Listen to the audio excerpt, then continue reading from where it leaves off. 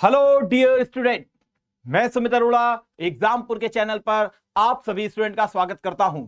Dear student, हम लोग देख भी रहे हैं और डेली देख रहे हैं और ईश्वर से आपके लिए प्रार्थना भी कर रहे हैं आपके मंगल में दिवाली के लिए, जो आपने बहुत अच्छी बहुत सकारात्मक एनर्जी के साथ मनाई होगी और ईश्वर के बहुत अच्छे आशीर्वाद को भी आपने प्राप्त किया होगा। अब उस आशीर्वाद को फलीभूत होने के लिए एग्जामपुर फैमिली लगातार आपके साथ जुड़ी हुई है ताकि आप अपनी मंजिल को बहुत जल्दी बहुत अच्छे से प्राप्त कर सकें। ध्यान में रखिएगा, एक सही डायरेक्शन, एक सही पाथ हमेशा एक सफल मंजिल की ओर ले जाता है। ध्यान में रखिए प्लीज, आप जिस भी एग्जाम की तैयारी कर रहे हैं, यदि उसकी डायरेक्शन बिल्कुल सही है तो आपको मंजिल प्राप्त करने में किसी प्रकार की देरी नहीं होगी। यह है एग्जामपुर का आपके साथ वादा। यहां का जितने भी टीचर हैं वो आपको इसी डायरेक्शन की तरफ हमेशा के लिए प्रेरित करते हैं। फिलहाल हम लोग ने देखा भी है, क्या सर दिवाली में हमने दिए भी बहुत जलाए हैं, पटाखे भी बहुत जलाए हैं, लेकिन मेरे भाई याद रखिएगा, हमारे भाइयों बहनों, ये एग्जामपुर की भी एक दिवाली है, आपके अपने परिवार की भी एक दिवाली है जो कि धमाका कर रहा है और पूरे के पूरे सर 75% का पूरी तरीके से आपके लिए ऑफ रखा गया है। तो आज जो आपके लिए लास्ट डेट है, ध्यान में रखिएगा प्लीज, 27 अक्टूबर। जी हां, 27 अक्टूबर आज लास्ट डेट है। प्लीज प्लीज प्लीज आज ही आप इसको, जो भी भाई बहन इससे चूक गए हैं, ये ऑफिसर बनाने वाला बैच है जिसमें 12 से ज्यादा फैकल्टीज आप जानते हैं कि आपके लिए पूरी तरीके से समर्पित रहते हैं। सारे लाइव डिस्कशन आपके साथ किए जाते हैं।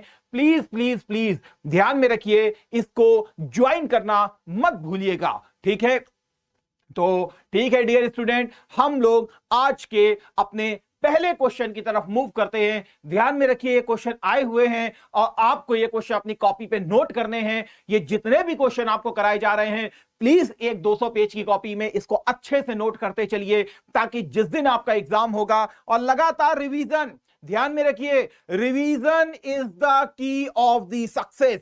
सफलता का केवल और केवल एक मूल मंत्र है, that is keep revising, keep revising, keep revising, keep revising. अगर रिवीजन होगा तो ही सफलता मिलेगी। एक किताब पढ़िए लेकिन उसको 50 बार पढ़िए, सफलता झक मार के तुम्हारे पैरों को चूम लेगी। ध्यान में रखना प्लीज मेरी बात को। तो इनको प्लीज आप नोट करके चलें और नोट करने के बाद कम से कम रिवाइज करते हुए चलें, क्योंकि लगातार कंपाइलेशन बढ़ता चला जाएगा और जब पेपर होगा तब तुम्हारे लिए यह सबसे इजी होगा कि 20 मिनट के अंदर पूरी की पूरी कॉपियां तुम रिवाइज कर दोगे, ठीक है? तो चलिए हम लोग आज के पहले क्वेश्चन की तरफ मूव करते हैं, ठीक?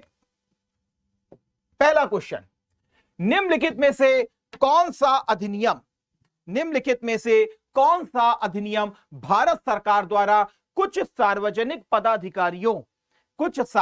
पदाधिकारियों के खिलाफ भ्रष्टाचार के आरोपों की जांच के लिए पारित किया गया है? Which of the following act was passed by the government of India to inquire allegations of the corruption against certain public functionaries? Delimitation Commission, परिसीमन अधिनियम, prevention of money laundering act, धन शोधन निवारण अधिनियम, सेंट्रल विजिलेंस कमीशन एक्ट, केंद्रीय सतर्कता आयोग अधिनियम, the Lokpal and Lokayukta act, Lokpal और लोकायुक्त अधिनियम। क्या लगता है? प्लीज अपने आंसर को तुरंत बताइए और मेरे क्वेश्चन, मेरे आंसर के साथ इसको प्लीज टैली कीजिए। तो मैं आपके आंसर का प्लीज वेट कर रहा हूं, जल्दी अपने आंसर को सुरक्षित कर लीजिए। फिलहाल मैं आपको कुछ बेसिक जानकारी देता हूं मेरे भाई। याद रखो, ये डीलिमिटेशन एक्ट तो आ गया, एक डीलिमिटेशन एक्ट के बारे में जरा ध्यान में रखिए। आर्टिकल 82 जो है परिसीमन से संबंधित है, परिसीमन से संबंधित है। सर ये होता क्या है? मेरे भाई, तुमने एक चीज बात सुनी होगी भाइयों बहनों, अभी हाल में जम्मू कश्मीर का रंजना प्रकाश देसाई जी की अध्यक्षता में, कौन? आदरणीय रंजना प्रकाश देसाई जी, ठीक है? आदरणीय रंजना प्रकाश देसाई जी की अध्यक्षता में हाल में जम्मू कश्मीर का भी डीलिमिटेशन किया गया है, परिसीमन किया गया है। सर होता क्या है ये? तो ध्यान में रखिएगा, संसद को ही अधिकार है परिसीमन अधिनियम के संबंध में, सुप्रीम कोर्ट को अधिकार नहीं है। मेजर अधिकार पूरी तरीके से किसको दिया गया है? सर संसद को दिया गया है। सर होता क्या है? अरे बता रहे हैं, रुक तो जाओ, मेरी बात तो सुन लो। क्या होता है मेरे भाई, एक बात बताओ, जम्मू कश्मीर की मान लेते हैं सर 1960 में जनसंख्या थी 5 करोड़, ठीक है सर, बिल्कुल थी। अच्छा तो भाई 1980 में कम से कम 8 करोड़ हुई होगी सर, हुई होगी। 2000 में 10 करोड़ हुई होगी, हुई होगी। अगर आज भी अगर हम देखें इस चीज को, आज हम मान लेते हैं वहां 15 करोड़ हुई होगी सर, बिल्कुल हुई होगी 15 करोड़। तो मेरे भाई कम से कम एक रिप्रेजेंटेशन के लिए अगर 1960 में अगर वहां पर टोटल विधायकों की संख्या 100 थी, तो आज भी क्या 100 ही रहेगी? वो 100 तो मेरे भाई 5 करोड़ के लिए थे ना विधायक, जी सर उसी के लिए थे। तो आज तो 15 करोड़ हो गई। तो कायदा तो ये कहता है कि बढ़ के 15 करोड़ को रिप्रेजेंट करने के लिए 100 की बजाय 200 होने चाहिए सर, होने चाहिए। तो मेरे भाई बस उसको ऐसे ही बांटा जाता है, जनसंख्या के एक वर्ग को देखा जाता है कि कहां पर जनसंख्या बढ़ी है और किस प्रकार से चुनाव क्षेत्रों को बांटा जाए, ताकि एक इक्वल रेशियो के आधार पर वहां पर जो विधायक चुने जाएं वो पूरी तरीके से उस कॉन्स्टिट्यूएंसी को बहुत अच्छे से रिप्रेजेंट कर सकें। किसी प्रकार का इम्बैलेंस नहीं होना चाहिए, समझ गए इस चीज को? तो इम्बैलेंस को हटाने के लिए परसीमन किया जाता है समय समय पर, ठीक है। बेसिक सी जानकारी को याद रखिए। Very good sir. ये prevention of money laundering act क्या होता है? भाई मेरे ये 2002 का है। तुमने अखबारों में एक शब्द सुना होगा सर, ईडी, याद है कि नहीं? बहुत बार आदरणीय राहुल गांधी जी को भी बहुत बार बुलाया जाता है इसके द्वारा। इनफोर्समेंट डायरेक्टरेट, प्रवर्तन निदेशालय, मेरे भाई जो आर्थिक अपराध किए जाते हैं उसको यही देखता है। आर्थिक करप्शन जो किए जाते हैं बड़े लेवल पर उसको यही देखता है। फॉरेन के स्तर पर भी जो बड़े करप्शन होते हैं उसको ईडी ही देखती है, समझ रहे हैं? तो प्रिवेंशन ऑफ मनी लॉन्ड्रिंग, धन शोधन निवारण अधिनियम इससे संबंधित होता है। मनी लॉन्ड्रिंग का मतलब होता है काला, वो कहते हैं हिंदी में क्या कहते हैं इसको? प्रिवेंशन ऑफ मनी लॉन्ड्रिंग, अरे उसको बोलते हैं यार, एक देश से दूसरे देश में विदाउट क्या कहते हैं लीगल चैम्बर को अपनाए हुए एक जगह से दूसरी जगह भेज दिया जाता है पैसा। इससे क्या होता है कि सरकार को टैक्स जो मिलना चाहिए वो नहीं मिल पाता है और अवैध क्या कहते हैं पैसों का लेन देन होने लगता है, ठीक है। तो इससे संबंधित है। सेंट्रल विजिलेंस कमीशन, ये भी भ्रष्टाचार से बहुत बड़ी संस्था है और इसको जो निर्मित किया गया था सर, ये संथानम कमेटी की सिफारिशों के आधार पर ही इसको निर्मित किया गया था।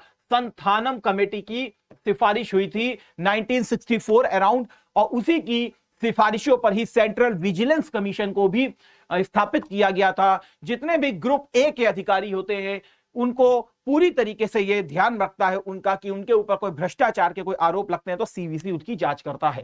सर लोकपाल लोकायुक्त एक्ट, मेरे भाई याद रखना, सबसे पहले प्रथम प्रशासनिक सुधार आयोग किसने? सर प्रथम प्रशासनिक,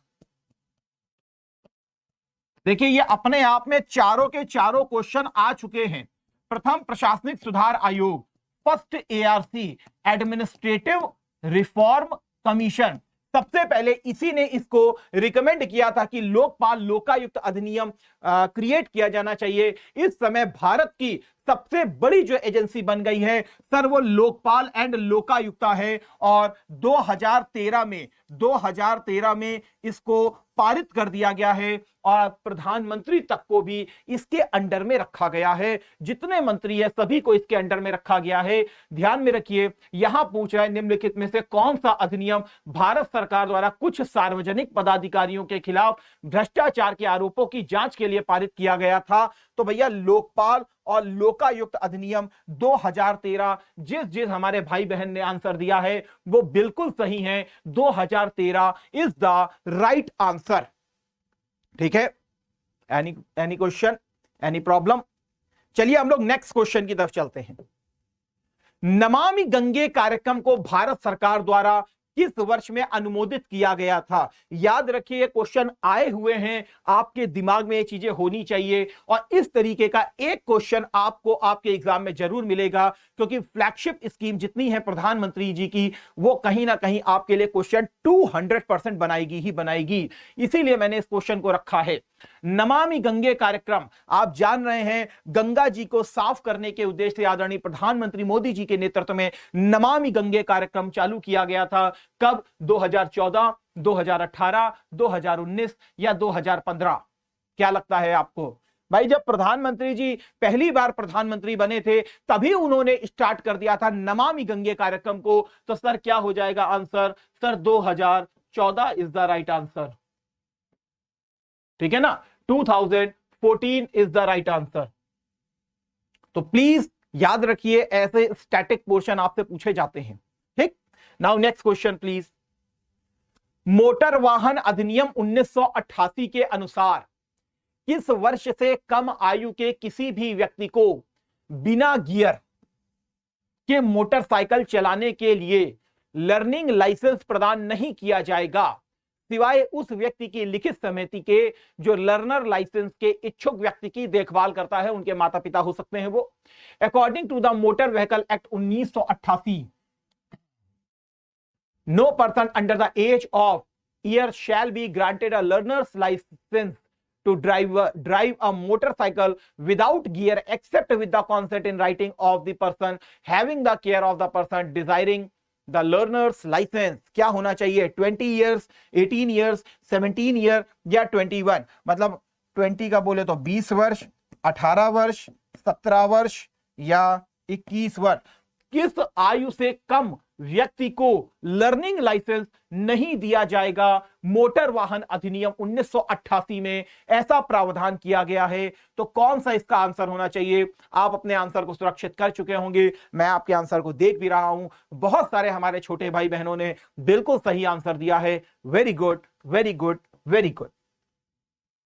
सर 18 साल से कम आयु के बालक या बालिका जो भी हों उनको लर्नर लाइसेंस नहीं दिया जाएगा। 18 साल की किसमें रखी गई है provision? Sir motor vehicle act 1988 के तहत। Now next question please. भारतीय संसद ने नागरिकता संशोधन विधेयक वर्ष में पारित किया था। मेरे भाई याद रखना, यहां पे पूछ रहा है पारित किया था। The Indian parliament passed the citizenship amendment bill in the year. तो कब पास किया गया था आप बताइए। फिलहाल जो ये नया नया बिल आया है ये खासकर 3 देश, एक तो आपका पाकिस्तान, सेकंड है अफगानिस्तान, और फर्स्ट, सेकंड और थर्ड कौन सा हो जाएगा? सर बांग्लादेश।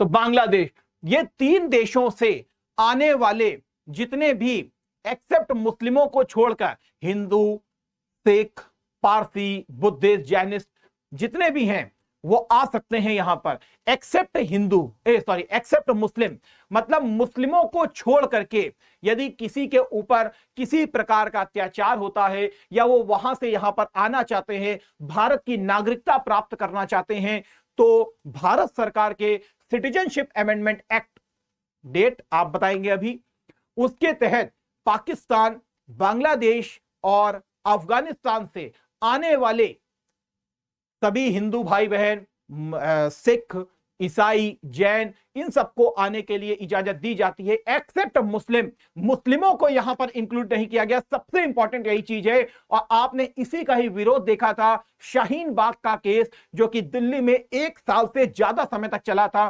कोरोना के आने के जस्ट पहले तक। अब तो आंसर समझ गए होंगे। तो क्या लग रहा है आंसर? ध्यान में रखिएगा, यहां पर पास्ट की बात कर रहा है। आया कब था? सर ये आया कब था? आया था 2016 में। लेकिन सर पास कब हुआ था? तो याद रखिएगा पास हुआ था 2019 में। कब पास हुआ था? सर 2019 से इसको लागू किया गया। इसीलिए आपने 2020 के कोरोना से जस्ट पहले शाहीन बाग के केस को देखा था। तो सर क्या हो जाएगा आंसर? सर 2019। ठीक है, तो याद रखिएगा प्लीज। नाउ हम लोग नेक्स्ट क्वेश्चन की तरफ आगे चलते हैं। स्वच्छ भारत दिवस भारत में किस तारीख को मनाया जाता है? Swachh Bharat Diwas is celebrated on which date in India? 2 October, 4 October, 6 October, 8 October? क्या लगता है? स्वच्छ भारत दिवस हाल में मनाया भी गया है, आपको मालूम है? प्लीज कमेंट बॉक्स में बताइएगा, प्लीज कमेंट बॉक्स में बताइएगा। स्वच्छ भारत अभियान, स्वच्छ भारत अभियान भारत में सबसे पहले कब चालू किया गया था? भारत में सबसे पहले कौन से सन को चालू किया गया था? कौन से सन को चालू किया गया था? और इस बार के तुम्हारे पेपर के लिए सबसे इंपॉर्टेंट क्वेश्चन क्या हो सकता है भैया? खासकर स्वच्छ भारत अभियान में सबसे अच्छा योगदान देने के लिए भारत सरकार, आदरणीय प्रधानमंत्री जी ने तुर्तुक समुदाय की चर्चा की है। तुर्तुक समुदाय की चर्चा की है। यही तुर्तुक समुदाय जो है मेरे भाई, यहां पर तुर्तुक मठ भी स्थित है, यहीं पर तुर्तुक मठ भी स्थित है। मेरे भाई ध्यान में रखना, जहां पे तुर्तुक निवास करते हैं उसी एरिया को क्या कहा जाता है? उसी एरिया को कहा जाता है entry gate of, entry gate of, entry gate of Siachen glacier, Siachen glacier. Please आप मुझे ये कमेंट बॉक्स में लिख करके बताइए, तुर्तुक जो हैं वो किस राज्य या केंद्र शासित प्रदेश यूटी में रहते हैं? किस राज्य या यूटी में रहते हैं? ध्यान में रखिएगा, कोई क्वेश्चन बने या ना बने, ये अपने आप में किसी ना किसी एग्जाम में आपको 200% दिखाई जरूर दे जाएगा, क्योंकि प्रधानमंत्री जी ने स्वच्छ भारत अभियान के तहत इस बार, खासकर मैं अक्टूबर में बात कर रहा हूं, तो अक्टूबर के महीने में ही, आई थिंक पहले दूसरे हफ्ते की बात है, दूसरे हफ्ते में ही तुर्तुक समुदाय की चर्चा की है, इनकी उन प्रथाओं की चर्चा की है जो कि स्वच्छ भारत अभियान में सबसे ज्यादा योगदान देती है। तो भाई प्रेस इंफॉर्मेशन ब्यूरो में भी थी वो खबर, अखबारों में भी छाई रही, तुम मत भूल जाना, क्योंकि तुम्हारे दिमाग में तुर्तुक जरूर होनी चाहिए। तो मुझे यह बता देना कि ये किस राज्य या केंद्र शासित प्रदेश के निवासी हैं, प्लीज बताइएगा जरूर। और बिल्कुल स्वच्छ भारत दिवस किसको समर्पित है? सर आदरणीय बापू जी को समर्पित है। किसको समर्पित है? 2 अक्टूबर को समर्पित है। इसी दिन स्वच्छ भारत दिवस मनाया जाता है, क्योंकि गांधी जी का तो ऑब्जेक्ट ही था, गांधी जी का तो सर ऑब्जेक्ट ही था क्या? स्वच्छ भारत की अलख को जगाना। इसीलिए आदरणीय प्रधानमंत्री जी ने सन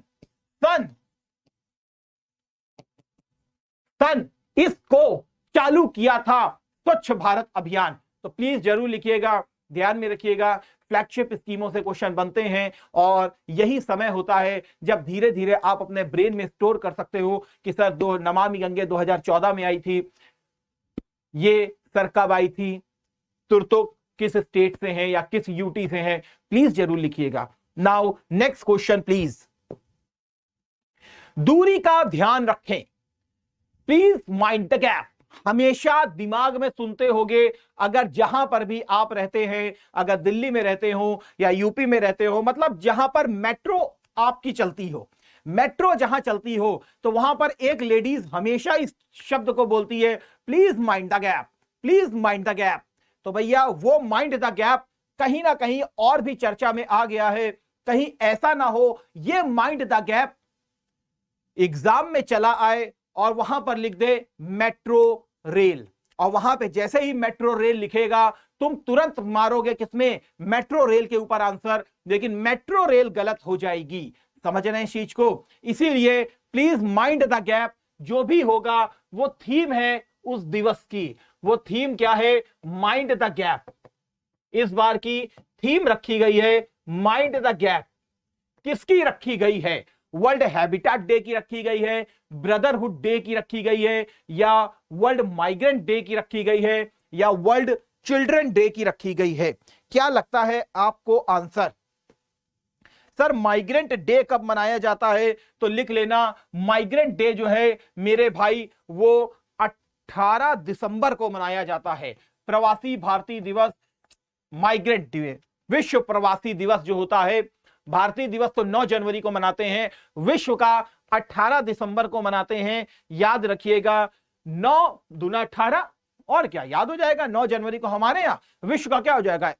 1 महीना पहले खींच लेना, 9 दूना 18, 18 को आ जाएगा। देखो मल्टीप्लीकेशन में जाओगे तो आंसर अपने आप याद रहेगा। नहीं तो ऐसे कितने रखते रहोगे।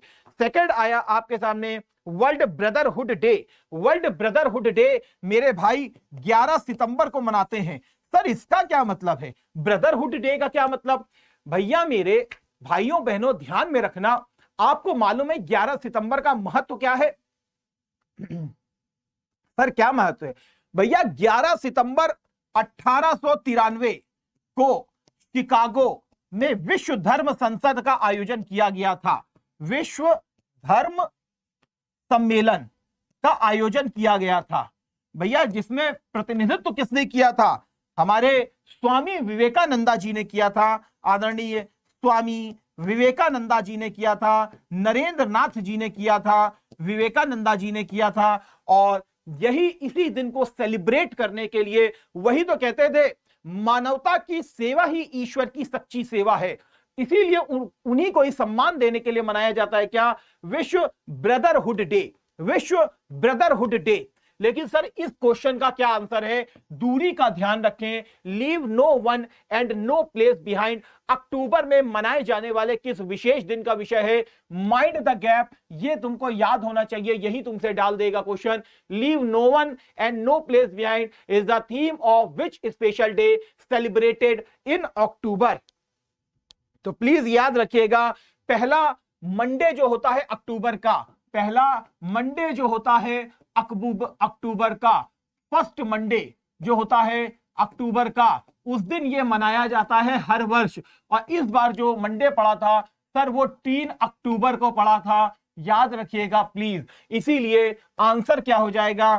Sir A is the right answer, sir A is the right answer. अगर आप लोग कोशिश करें कि विश्व बाल दिवस क्यों मनाया जाता है और डे कौन सा होता है जब विश्व बाल दिवस मनाया जाता है, किसको सम्मान देने के लिए मनाया जाता है, प्लीज कमेंट बॉक्स में लिखिए। ध्यान में रखिए, मैं आपके कमेंट बॉक्स पढ़ता जरूर हूं और उसमें अपना भी आप जो भी लिखते हैं उसका मैं रिप्लाई भी आपको जरूर देता हूं। प्लीज अपने पार्टिसिपेशन को रखिए, इसी बहाने कम से कम आप उसमें लिखेंगे तो कम से कम आपके दिमाग में वो हमेशा के लिए ब्रेन स्टॉर्म हो जाएगा।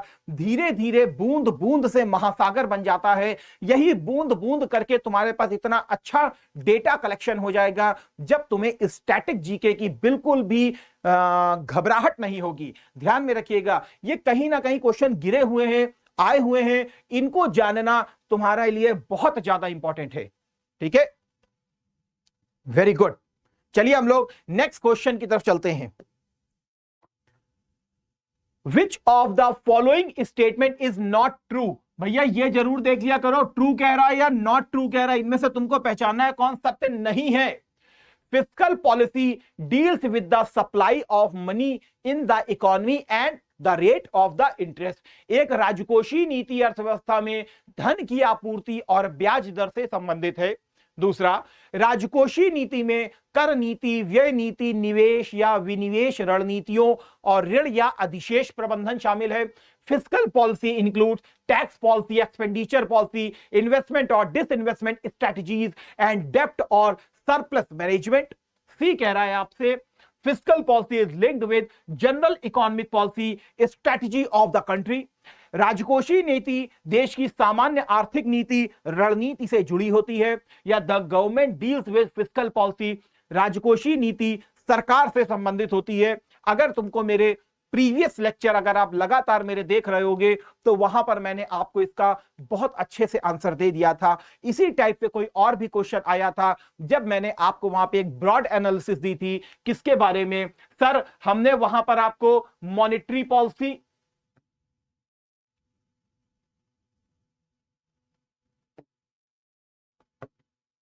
एक मिनट, मॉनेटरी पॉलिसी, मौद्रिक नीति के बारे में मैंने आपको बताया था कि सर मेरे भाइयों बहनों मौद्रिक नीति कौन जारी करता है? सर आरबीआई जारी करता है। पहले तो यही क्वेश्चन तैयार हो जाना चाहिए, सर आरबीआई जारी करता है।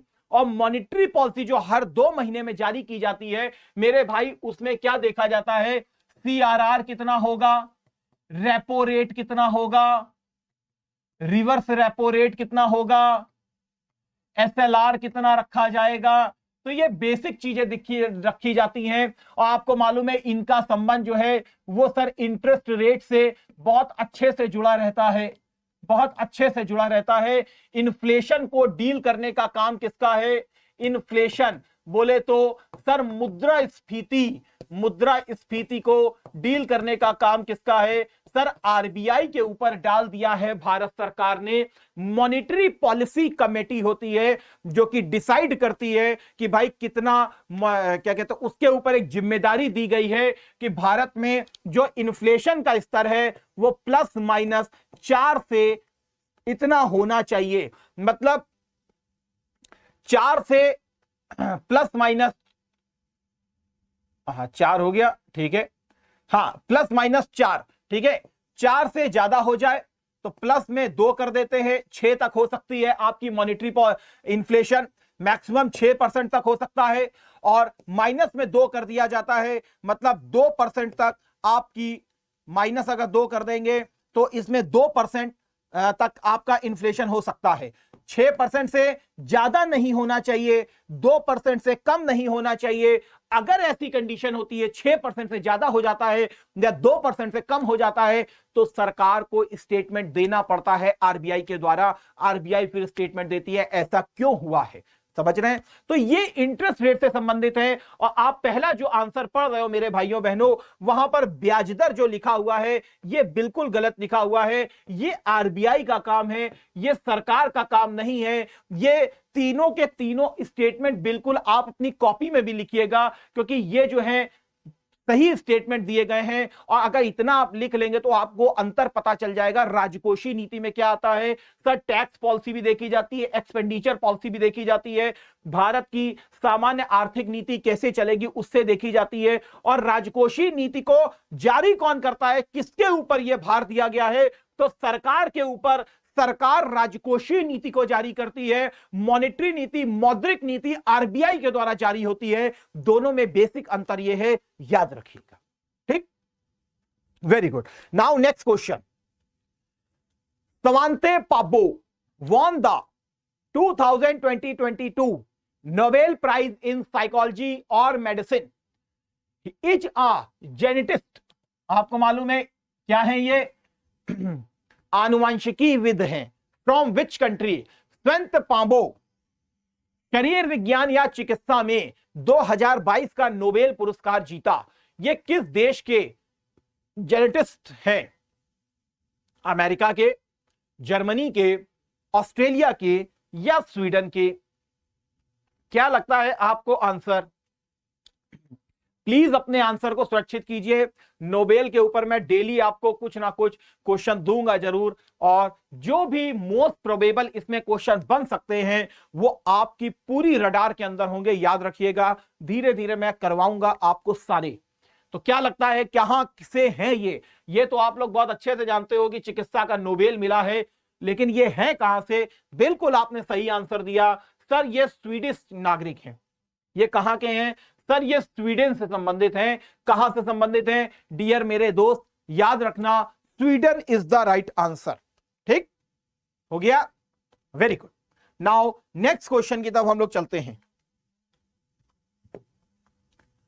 1526 में ने पानीपत में इब्राहिम लोदी को हराया और दिल्ली और आगरा पर कब्जा कर लिया। तो यार मैंने तुमको हमेशा लिखवाया है, हमेशा इस चीज को पढ़ाया भी है, लेकिन फिर से मैं एक बार बता रहा हूं क्योंकि बहुत सारे छोटे भाई बहन हम लोगों से लगातार जुड़ते रहते हैं। तो याद रखिए, पानी पिया, खाना खाया, चाय पी, सर चाय पी, फिर घर चला गया, फिर मर गया। ठीक है, तो पानी पीने से क्या मतलब? सर पहले पानीपत का युद्ध हुआ जो कि 1526 में हुआ था। किसके साथ? भारत में उस समय कौन था? सर इब्राहिम लोदी, जो आपके क्वेश्चन में दिया भी गया है। सर खाना खाया, तो सर खानवा का युद्ध हुआ था। और खानवा का युद्ध कब हुआ था? तब 1527 में हुआ था। उस समय कौन राजपूत किंग था? सर राणा सांगा उस समय मेजर पावर के रूप में भारत में स्थापित था। चाय पी, सर चंदेरी का युद्ध था। सर चंदेरी का युद्ध हुआ था 1528 में हुआ था। सर कौन था? सर मेदिनी राय था। कौन था? मेदिनी राय था। सर घर चला गया, डियर घाघरा का युद्ध हुआ था, घाघरा का युद्ध हुआ था 1529 में हुआ था, 1529 में हुआ था। किसके साथ हुआ था सर? महमूद लोदी के साथ हुआ था। किसके साथ हुआ था? महमूद लोदी के साथ हुआ था। इन चारों में एक आदमी कॉमन था जिसके साथ युद्ध हुआ था, और वो था समरकंद से आने वाला बाबर, जो कि मातृवंश से चंगेज खान से संबंधित था और पिता के वंश से तैमूर से संबंधित था। चंगेज खान, जिसका ओरिजिनल नाम भी पूछा जा चुका है, दैट इज तैमूचिन। तैमूचिन इसका ओरिजिनल नाम है। किसका सर? चंगेज खान का। क्योंकि यह क्वेश्चन आपसे पूछा गया है कि भैया चंगेज खान का ओरिजिनल नेम क्या है, तो सर तैमूचिन या तैमूजिन करके इसका नाम आता है। तो तैमूचिन या तैमूजिन करके नाम आ जाए तो समझ जाइएगा चंगेज खान। तो सर तैमूर का क्या नाम था? तो भैया इसका ओरिजिनल नाम टेमरलेन था। क्या नाम था सर? टेमरलेन था। तो याद रखिएगा दोनों का दोनों आपको बहुत अच्छे से पता होने चाहिए। ठीक है, आंसर क्या हो जाएगा sir? C is the right answer. Babur is the right answer. मैंने आपको चारों लिखवा दिए हैं, याद रखिएगा। पानी, खाना, चाय, घर।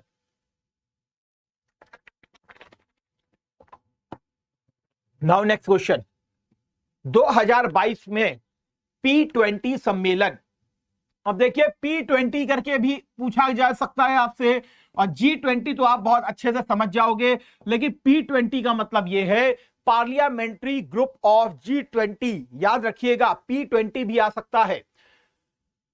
का मेजबान कौन सा देश है? Which country is the host of the P20 conference in 2022?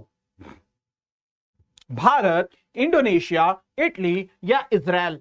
क्या लगता है आपको आंसर? प्लीज अपने आंसर को जल्दी दीजिए। क्या लगता है आपको आंसर? मैं वेट कर रहा हूं आपके आंसर का। वेरी गुड, बहुत अच्छा आंसर दे रहे हो यार, दिखाई पड़ रहा है मुझको, त्रिकालदर्शी हूं मैं। Very good. क्या लगता है? बिल्कुल, बहुत सारे भाई हमारे दे रहे हैं इंडोनेशिया और बहुत सारे भाई दे रहे हैं भारत। तो याद रखिएगा मेरे भाइयों बहनों, Indonesia is the right answer.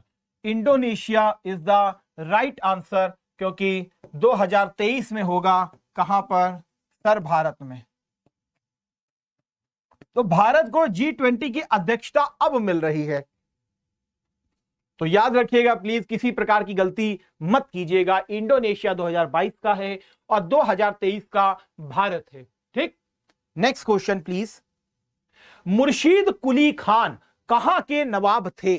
Murshid Quli Khan बहुत ज्यादा इंपॉर्टेंट आदमी। मुर्शीद कुली खान कहां के नवाब थे? क्या लगता है आपको? सर हैदराबाद की स्थापना किसने की? चलिए हम बता देते हैं। सर इसकी स्थापना की थी निजाम उल मुल्क आसफ जाह। पूछा जा चुका है, याद रखिएगा। इसी का ही दूसरा नाम क्या है? किन किलिच खान। किन किलिच खान, याद रखिएगा। हैदराबाद की स्थापना किसने की थी? निजाम उल मुल्क आसफ जाह चिन किलिच खान। याद है वो पिक्चर देखिए बाजीराव मस्तानी, और बाजीराव मस्तानी में बाजीराव जब मिलने जाता है रजा मुराद से, निजाम होता है, वही आपको सीन याद करना है। जब वो निजाम बैठा होता है बाजीराव के सामने, और बाजीराव जब मिलने जाता है तो कहता नहीं है कि जब हम उत्तर भारत पे अटैक करेंगे तो आप दक्कन में चुपचाप शांत रहेंगे। तो निजाम क्या कहता है? अच्छा मेरे ही शामियाने में आके मुझसे ही तुम लोग यार इस तरीके से हड़का रहे हो। तो निजाम बाजीराव क्या कहता है? भैया ठीक है हम हड़का रहे हैं तुमको। तो निजाम क्या कहता है? अरेस्ट कर लो इसको। तो कहता है यार तुम मेरे ही आदमियों से कह रहे हो कि मुझे अरेस्ट कर लो। याद है कि नहीं? है वो याद सीन है। और जब वो कहता है कि मेरी बाहर सेना रखी हुई है, तो निजाम क्या कहता है कि मेरी भी सेना खड़ी हुई है। तो बाजीराव बताता नहीं है उसको कि हाँ आपकी 20,000 की सेना है, हम लोग को पता है, लेकिन आपको ये नहीं पता है कि उस 20,000 के बाहर 40,000 मराठा भी नंगी तलवारें लेकर के खड़े हुए हैं। याद है ना? वो निजाम कोई और नहीं था, वो निजाम यही है, वो यही निजाम उल मुल्क है जिसका दूसरा नाम चिन किलिच खान है। वो वही निजाम है, ध्यान में रखिएगा। अवध की स्थापना किसने की थी? तो सर 1724 में सादत अली खान ने की थी। किसने?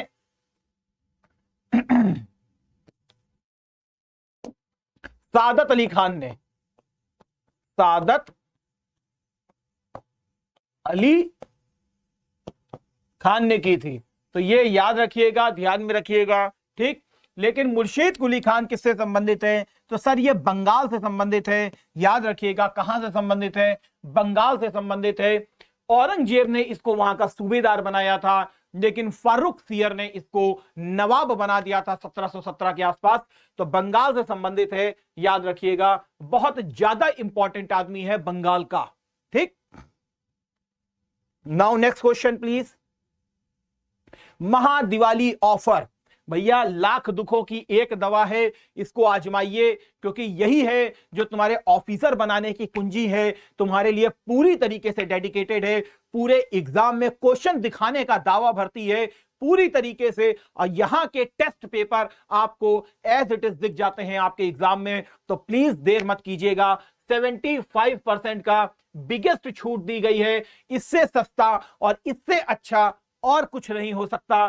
27 अक्टूबर लास्ट डेट है, और इस ऑफर को जल्दी से जल्दी भुना लीजिए। सामने दिए जा रहे मोबाइल नंबर पर आप संपर्क कर सकते हैं। ऑफिशियली जो एग्जामपुर ऐप है उसको अपने मोबाइल में जरूर डालिए, क्योंकि उसके बगैर मोबाइल भी अधूरा है। याद रखिए, वो ऑफिसर बनाने वाला है। कैसे एडमिट कार्ड आएगा, कौन सी जरूरी सूचनाएं हैं उसमें, वो सारी की सारी 1 से लेकर के Z तक आपको दे दी जाती हैं। मतलब 1 से लेकर के अनंत तक तो तुम जान ही रहे हो, A से लेकर Z भी होता है, मैंने 1 से Z बोल दिया, तो उसको भी ध्यान में रखिए, ठीक है। तो दिवाली धमाका है, ये दीपक हमेशा आपके दिलों में जलता रहे, और एग्जामपुर फैमिली का प्यार जो है वो आपके ऊपर बरसता रहे, और आपका प्यार एग्जामपुर फैमिली के ऊपर बरसता रहे। मैं इन्हीं कामनाओं के साथ ईश्वर से प्रार्थना करूंगा कि आप जल्द से जल्द अपने मुकाम पर पहुंचे। Now next question sir. Complete the statement. Sodium hydrogen carbonate is used for. Sodium hydrogen carbonate, इसी को ही हम लोग क्या कहते हैं सर? Sodium bicarbonate. इसी को ही हम लोग यही कहते हैं, सोडियम बाई कार्बोनेट। याद होगा बहुत अच्छे से। इसी को ही आप लोग मेरे दोस्त बेकिंग सोडा के नाम से भी जानते हैं, खाने वाला सोडा, बेकिंग सोडा, या इसी को क्या कहते हैं? मीठा सोडा। याद होगा आपको। कह रहे इसको यूज किसमें किया जाता है? For removing permanent hardness of water, as a cleaning agent for domestic purpose, या in soda acid fire extinguisher, in the manufacture of borax. किसमें इसको यूज किया जाता है? क्या लगता है आपको आंसर? किसमें यूज किया जाएगा? आंसर सुरक्षित कीजिए प्लीज। तो मेरे भाइयों, बिल्कुल बहनों, आपने बिल्कुल सही आंसर दिया है। किसमें सर? इसको फायर एक्सटिंग्विशर्स में भी यूज किया जाता है, आग बुझाने वाले यंत्रों में भी इसका इस्तेमाल किया जाता है, बेकिंग सोडा का।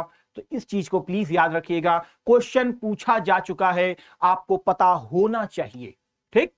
Now next question please sir. निम्नलिखित में से कौन सा स्मारक कर्नाटक राज्य में स्थित है? कौन सा स्मारक कर्नाटक राज्य में स्थित है? क्या लगता है आपको आंसर? कर्नाटक राज्य, क्या लगता है भाई? भैया कर्नाटक आप समझ रहे होंगे, पुराने में इसी को बीजापुर के रूप में भी आप जानते हैं। जी हां सर, वही बीजापुर जिसकी स्थापना यूसुफ आदिल शाह ने की थी। आदिल शाही वंशों के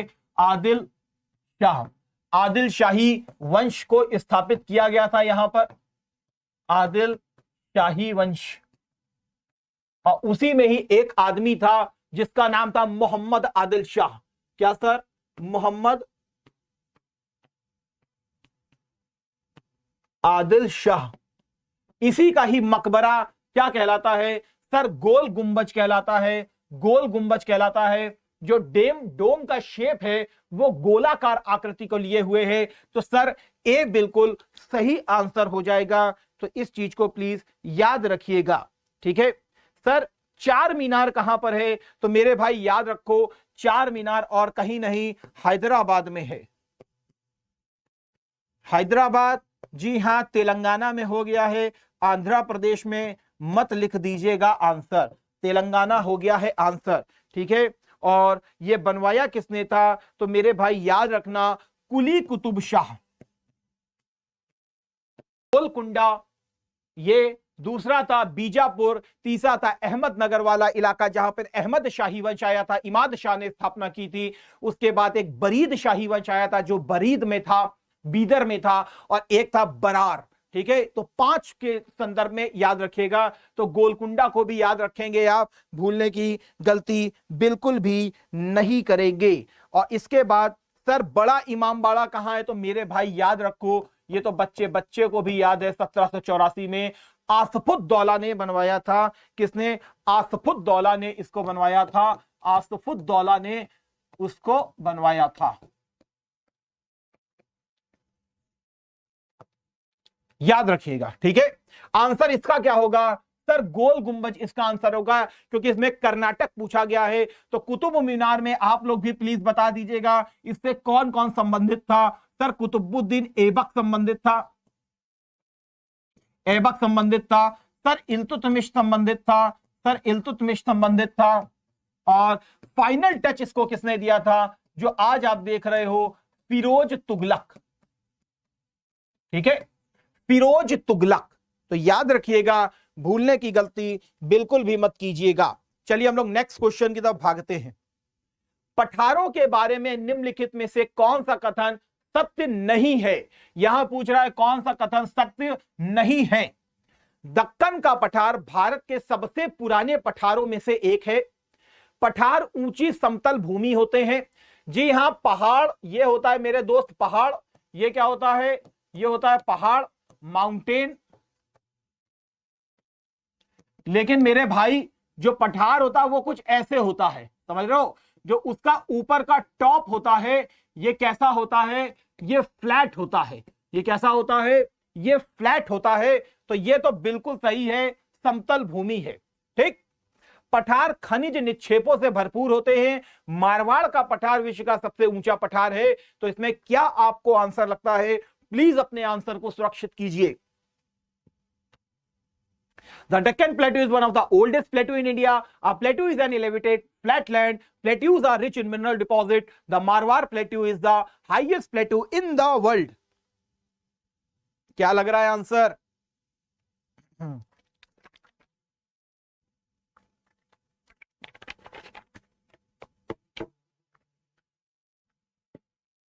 बिल्कुल सही है आप। सर मारवाड़ का पठार नहीं, तिब्बत का पठार, जो कि आपके तकला मकान से लेकर के आपके हिमालय तक पूरी तरीके से विस्तृत है। ठीक है, तो याद रखिएगा, तिब्बत प्लेटू इज द, भाई खनिज बहुत होते हैं, खनिज पदार्थ बहुत होते हैं। नाउ नेक्स्ट क्वेश्चन, निम्नलिखित में से कौन 1946 में मद्रास निर्वाचन क्षेत्र से संविधान सभा का हिस्सा बना था? ध्यान में रखिएगा, महिलाएं टोटल संविधान सभा में कितनी पार्टिसिपेशन था? तो सब 15 ने पार्टिसिपेट किया था, 15 ने पार्टिसिपेट किया था। जिसमें एकमात्र मुस्लिम महिला कौन थी? जिसमें एकमात्र मुस्लिम महिला कौन थी? तो भैया इनको याद रखिएगा, एकमात्र मुस्लिम महिला कौन थी? बेगम एजाज रसूल। ठीक है, हंसा जीवराज मेहता, हंसा जीवराज मेहता, ये बंबई से इन्होंने रिप्रेजेंट किया था, बॉम्बे से इन्होंने रिप्रेजेंट किया था। तो लेकिन यहां पूछ रहा है आपसे मद्रास निर्वाचन क्षेत्र संविधान सभा कब बनी थी? तो आपको मालूम है सर 2 सितंबर 1946। मैं बार बार लिखता हूं क्योंकि यह क्वेश्चन पूछा जा चुका है, 15 वाला क्वेश्चन भी पूछा जा चुका है। तो क्वेश्चन एक ना एक तो गिर ही जाता है एक आध साल में। तो क्या लगता है मद्रास से किसने किया था? तो मेरे भाई अगर पूरा नाम भी तुम पढ़ोगे तो भी तुम समझ जाओगे कि मद्रासियन टाइप का नाम किसमें से तुमको लग रहा है। स्वामीनाथन, अम्मू स्वामीनाथन। अम्मा कहां की फेमस है? सर अम्मा कहां की फेमस है? सर तमिलनाडु की अम्मा फेमस है। तो अम्मू भी तो वहीं की होंगी। आराम से गेस्ट वर्क से भी तुम इसको बहुत आसानी से निकाल सकते थे। ये Ammu Swaminathan, women Indian association, women Indian association, कौन सा?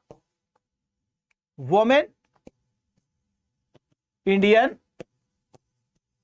एसोसिएशन 1927 या 17 है, प्लीज एक बार जरूर चेक कीजिएगा भैया, जिसमें एनी बेसेंट भी जुड़ी हुई थी, उससे ये भी जुड़ी हुई थी, कौन? अम्मू स्वामीनाथन। तो याद रखिएगा दोनों का नाम, अम्मू स्वामीनाथन, जो कि मद्रास से चयनित थी। Now next question please. निम्नलिखित में से कौन सा त्योहार उत्तराखंड में मनाया जाता है? भैया 2 बार यह क्वेश्चन आया है, 1 बार नहीं सर, 2 बार ये क्वेश्चन आया है, डबल बार इसको रिपीट किया गया है। इसीलिए देखिए, ये भी क्वेश्चन आ चुका है, ये भी क्वेश्चन आ चुका है, ये भी क्वेश्चन आ चुका है। 3 के तीनों क्वेश्चन पूछे जा चुके हैं। गलती मत कीजिएगा, 2 बार रिपीटेड है नुआखाई का भी, और ये वाला क्वेश्चन भी ऐसे 2 बार पूछा गया है। आपको पता होना चाहिए। मैं आंसर तो चलिए आपको बता भी दूंगा कि भैया उत्तराखंड का फूलदेई है। क्या फूलदेई है? लेकिन मैं इसकी आपको इमेज भी दिखाना चाहूंगा ताकि आप पूरी तरीके से अपने दिमाग में इसको रचा बसा लो। देख लीजिए, आपको मालूम है ये कौन सा है? सर ये ढोल जतरा है। ये कौन सा है? ढोल जतरा है, जो कि मनाया कहां जाता है? सर होली के समय में मनाया जाता है, और बंगाल में मनाया जाता है। कहां पर? बंगाल में मनाया जाता है। ये क्या लिखा हुआ है? बंगाली लैंग्वेज लिखी हुई है। जो भी हमारे भाई बहन बंगाली लैंग्वेज को जानते हैं वो अपना आराम से पढ़ पा रहे होंगे। फिर केरला में मनाया जाता है कौन सा? Sir happy Vishu. कौन सा मनाया जाता है? सर हैप्पी विशु मनाया जाता है। तो ये देखिए, ये क्या लिखा है? हैप्पी विशु। तो विशु कहां मनाया जाएगा? सर केरला में मनाया जाएगा, याद रखिएगा। इसीलिए मैंने अलग से भी इसको लिख दिया है, दैट इज केरला। यहां पे फूलदेई फेस्टिवल लिखा है, फूलदेई फेस्टिवल लिखा है। तो मेरे भाई नीचे तुम्हारे सामने एक और लिखा हुआ है, क्या? उत्तराखंड। तो यहां पर क्या हो जाएगा? सर उत्तराखंड यहां पर भी लिख दीजिए। तो भैया फूलदेई कौन मनाएगा? भैया फूलों की घाटी कहां पर है? जरा कमेंट बॉक्स में लिख करके बताइएगा, फूलों की घाटी कहां पर है? सर फूलों की घाटी, वैली ऑफ फ्लावर किस राज्य में स्थित है? जरा लिख करके बताइएगा तो मजा भी आ जाएगा। नुआखाई बहुत बार पूछा गया, लेकिन याद रखिए, आप देख पा रहे होंगे यहां पे उड़ीसा लिखा हुआ है। क्या लिखा हुआ है? That is Odisha. तो ये कहां का है? नुआखाई। तो भैया फसल वाला त्योहार है, जो कि उड़ीसा में मनाया जाता है। सर कहां मनाया जाता है? सर उड़ीसा में मनाया जाता है। प्लीज बहुत अच्छे से आप लोग याद रखिएगा, ठीक है। चलिए हम लोग नेक्स्ट क्वेश्चन की तरफ चलते हैं। The telecom giants Optus which was recently hit by a cyber attack is based in which country? Canada, USA, Australia या रशिया? कहां पर आपको लग रहा है क्या होगा इसका सही answer?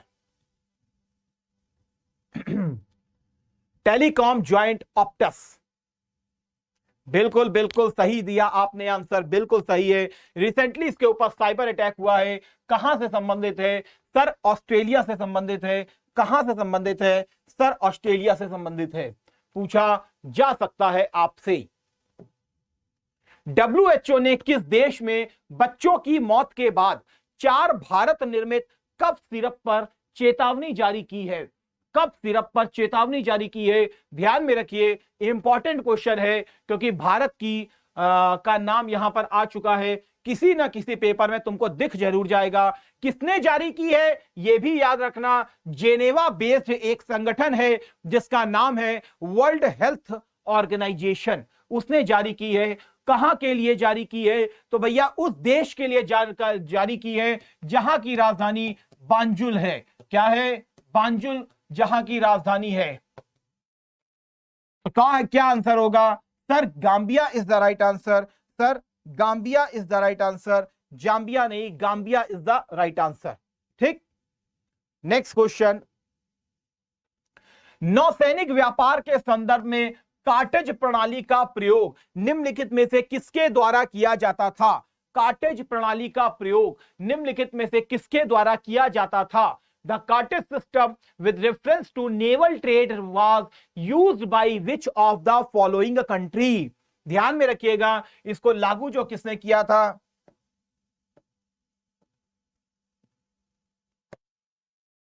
That is Francisco de Almeida.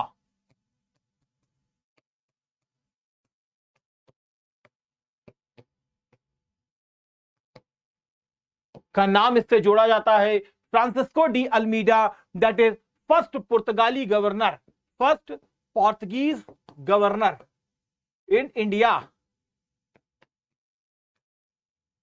किससे जोड़ा जाता है, तो याद रखिएगा कार्टेज सिस्टम पुर्तगालियों से जुड़ा हुआ है, कार्टेज सिस्टम पुर्तगालियों से जुड़ा हुआ है। नाउ नेक्स्ट क्वेश्चन, किसने कहा था कि अंग्रेजों ने 65 से 72 के बीच में बंगाल में एक डाकू राज्य की स्थापना की है और रॉबर स्टेट बना दिया बंगाल को? यह किसने कहा था? 1765 से 72। आपको मालूम है ये वही टाइम पीरियड है, ये वही टाइम पीरियड है जब बंगाल में द्वैध शासन लागू किया गया था, ड्वेल गवर्नमेंट को लागू किया गया था, ड्वेल गवर्नमेंट को लागू किया गया था। किसने लागू किया था? सर रॉबर्ट क्लाइव ने किया था। इस समय गवर्नर कौन था? सर रॉबर्ट क्लाइव ही इस समय गवर्नर था। तो कौन था? और द्वैध शासन को खत्म किसने किया था? Ended by Warren Hasting, Bengal का पहला गवर्नर जनरल, बंगाल का पहला गवर्नर जनरल। तो भैया किसने कहा था? तो याद रखिएगा के.एम. पनिक्कर, के.एम. पनिक्कर जी ने यह स्टेटमेंट दिया था कि 1765 से 72 के बीच में बंगाल में एक डाकू राज्य की स्थापना की थी। नाउ नेक्स्ट क्वेश्चन, निम्नलिखित में से कौन रविंद्रनाथ टैगोर की कृति है? रविंद्रनाथ टैगोर की इसमें से कौन सी कृति नहीं है?